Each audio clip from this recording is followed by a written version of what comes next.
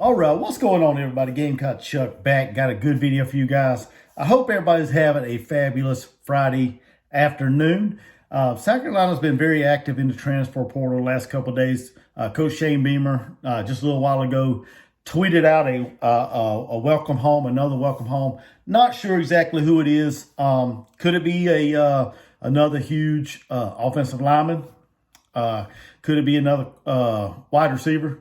Could it be a big body wide receiver that South Carolina needs to get on campus, to get on the field?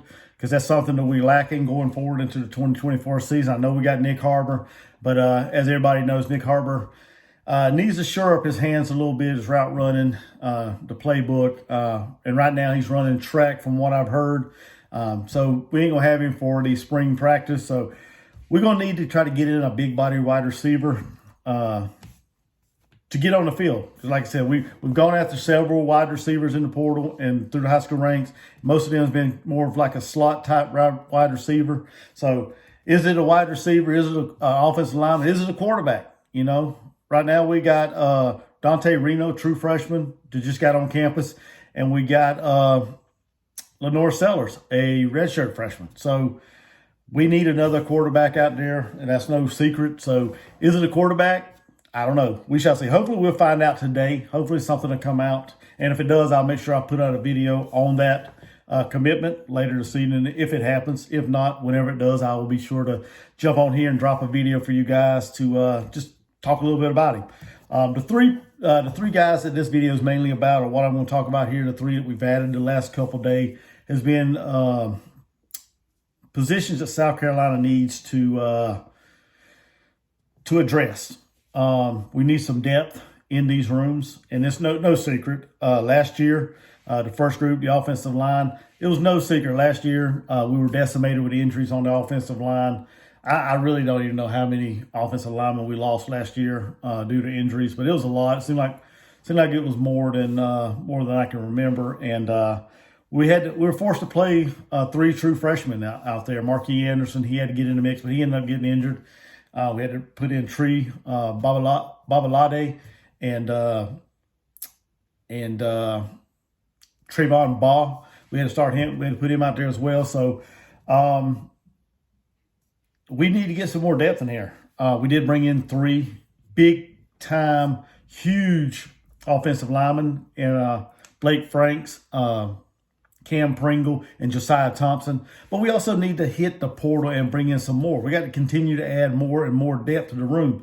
And we did that the other day, or yesterday, or whenever, I think him when he committed. But Torricelli Simpkins, okay, he come from the FCS level, North Carolina Central. I know a lot of people may say, you know, why are we getting guys from FCS level? I say the same thing time to time.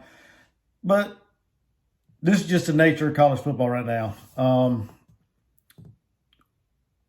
We get these guys in, and these guys, for some reason, they had to go to an FCS school, whether it be grades or whatever, or just not being looked at enough, not making the camps and things like that. So they get put down to that lower level. I don't know what the case with this guy is, but he is a big body, 6'5", 300-plus pound, plays center and guard at North Carolina Central. He was the MEAC Offensive Lineman of the Year, so he's a big body offensive line that we need. We need to address the offensive line, and he fits that mold is what we're looking for.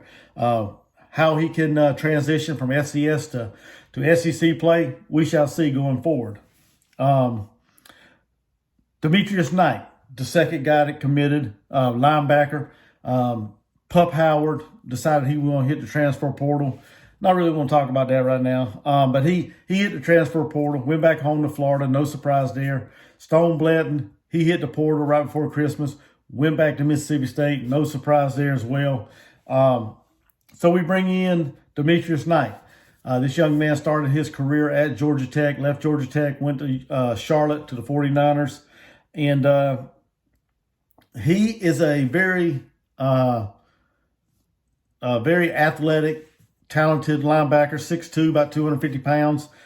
He led the Charlotte 49ers in tackles this year. He had 96 tackles, total tackles, 44 solo, and he had 3 interceptions.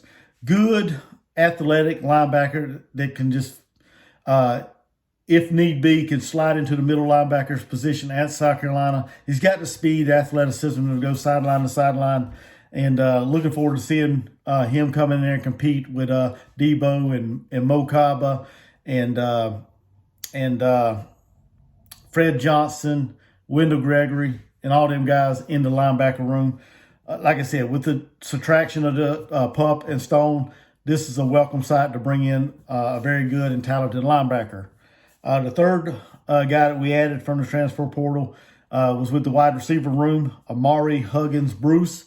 Brought this young man back home to the state of South Carolina. He is originally from Dillon, a 5'11", 170-pound wide receiver, so more of your prototypical slot receiver, which is not exactly what South Carolina really needs right now. But anytime you can get a guy that can add some experience to your wide receiver room that can produce at a high level, you bring them in. This young man spent 3 years at Louisville, and during his 3 years, he had 1,121 yards on 80 receptions and 10 touchdowns. So, yeah, his stats don't really light up the scoreboard or light up the board, but anytime, like I said, anytime you can bring in experience at that position, it's always a welcome sight. Like I said, South Carolina needs to go after a true wide receiver one, a big body type wide receiver to kind of complement and help bring along Nick Harbor. So who this welcome home is, I don't know. Hopefully, like I said, hopefully we'll find out later this evening and later this afternoon. Whenever they're ready to go public with it, we shall know.